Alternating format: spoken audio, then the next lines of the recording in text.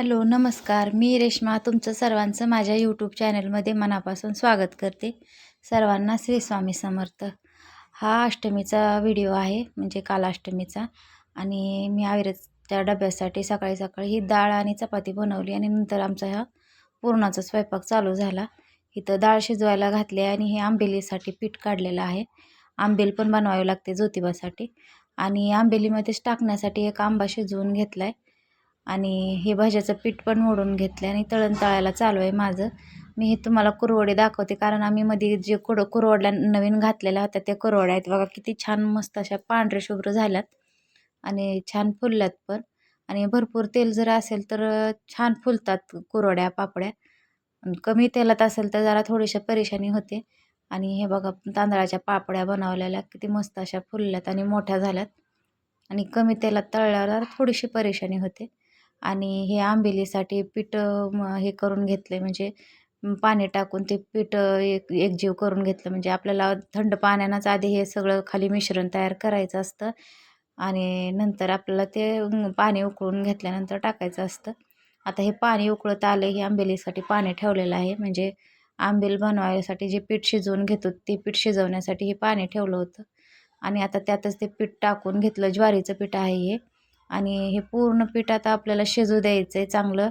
पूर्ण एकजीव चांगलं चिकट झालं की मस्त असा कलर बदलतो ह्याचा. आणि हे चांगलं रटरट शिजू द्यावं लागतं. आणि भजे तोपर्यंत मी हे भज्याचं पीठ जे मोडलेलं होतं त्यात भजे बनवून घेतले. आधी मिरची भजे बनवले आणि नंतर हे कांद्याचे भजे बनवले. आता हे बघा, पीठ शिजत आलेलं आहे. मस्त असं शिजलं हे पीठ. आता आपल्याला हे पीठ थंड होऊ द्यावं लागतं आणि थंड झाल्यानंतरच आपण ते आंबेलीत टाकतो. आता हे पुरणाला चटका द्यायचं चालू आहे. मला मी पूर्ण असा व्हिडिओ डिटेलमध्ये घेतलेला नाही, कारण खूपच गडबड होते आणि तेच तेच पुन्हा पुन्हा घ्यायचं म्हणल्यावर खूप वेळ जातो.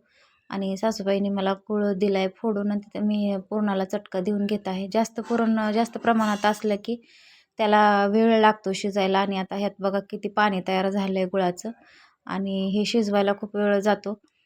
आता हे शिजवून होईपर्यंत सासूबाई आमटीसाठी हे डाळ वाटून घेत आहेत, म्हणजे येळवणी तयार केली. आता हे थोडीशी गुळवणी तयार करून घेतली आहे, म्हणजे दुधात टाकून देण्यासाठी. आता हे एवढं पातळ झालं आहे, पण नंतर आपल्याला हे शिजून शिजून पूर्ण असं घट्ट बघा असं घट्ट बनवून घेतलं आहे. आता हे झालं आहे तयार. आता हे वाटून घ्यायचं आणि ते वाटून घेतल्यानंतर आता इथं आपल्याला आमटीची तयारी करायची आहे. आपल्याला येळवण्याची आमटी बनवायची आणि हे आंबेलीसाठी मी आधी जिरी वाटून घेत आहे आणि नंतर आपल्याला त्यात दुसरं वाटण वाटून घ्यायचं आहे. आधी जिरी वाटली म्हणजे आता ही कोरडं भांडं असतं तोपर्यंत ते एकाच भांड्यात होतं सगळं. आता ही जिरी वाटून घेतली. आता छान मस्त अशी बारीक झाली आहे जिरी. आणि यातच आपल्याला आता खोबरं वाटून घ्यायचं आमटीसाठी. आणि नंतर आता थोडंसं हे वाटून घेतलं की आमटी फोडणी टाकून घेतली मी, म्हणजे जास्त मी डिटेलमध्ये शेअर केलंच नाही. आता हे आमटी झाले येळवण्याची तयार. आणि या दिवशी आम्ही काटकर जेवायला घालतो, म्हणून हे स्वयंपाक जरा जास्त आहे. काटकर म्हणजे पाच पाच जणांना बोलवलेलं आहे जेवायला, त्यामुळे आता एवढं सगळं स्वयंपाक. आणि परड्या भरून घ्यायच्यात आधी. आता ही परड्या भरण्याची तयारी सगळी झालेली आहे. परड्या बोलवून आणल्या आमच्या सासूबाईंनी आणि आता इथं मी परड्या भरत आहे. आणि परड्या भरल्यानंतर आपण माणसं बोलवून त्यांना जेवू घालतो.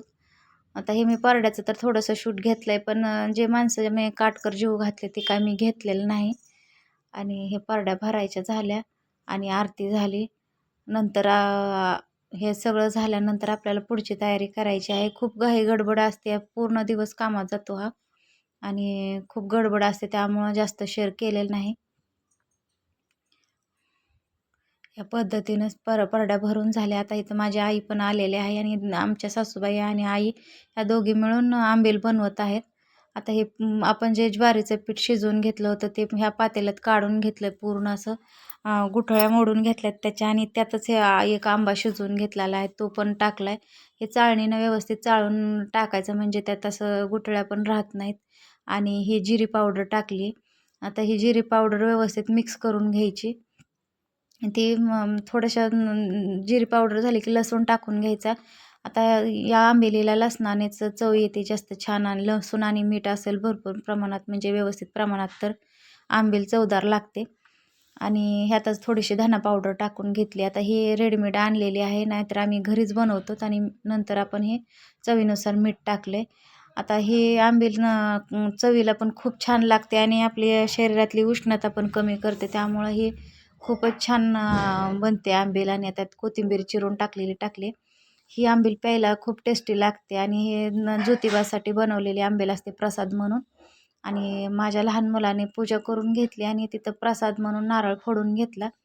आणि अशा पद्धतीनं ज्योतिबाची पूजा झाली आणि काटकर जेवू घातले. व्हिडिओ आवडला असेल तर लाईक, शेअर, सबस्क्राईब करा. धन्यवाद.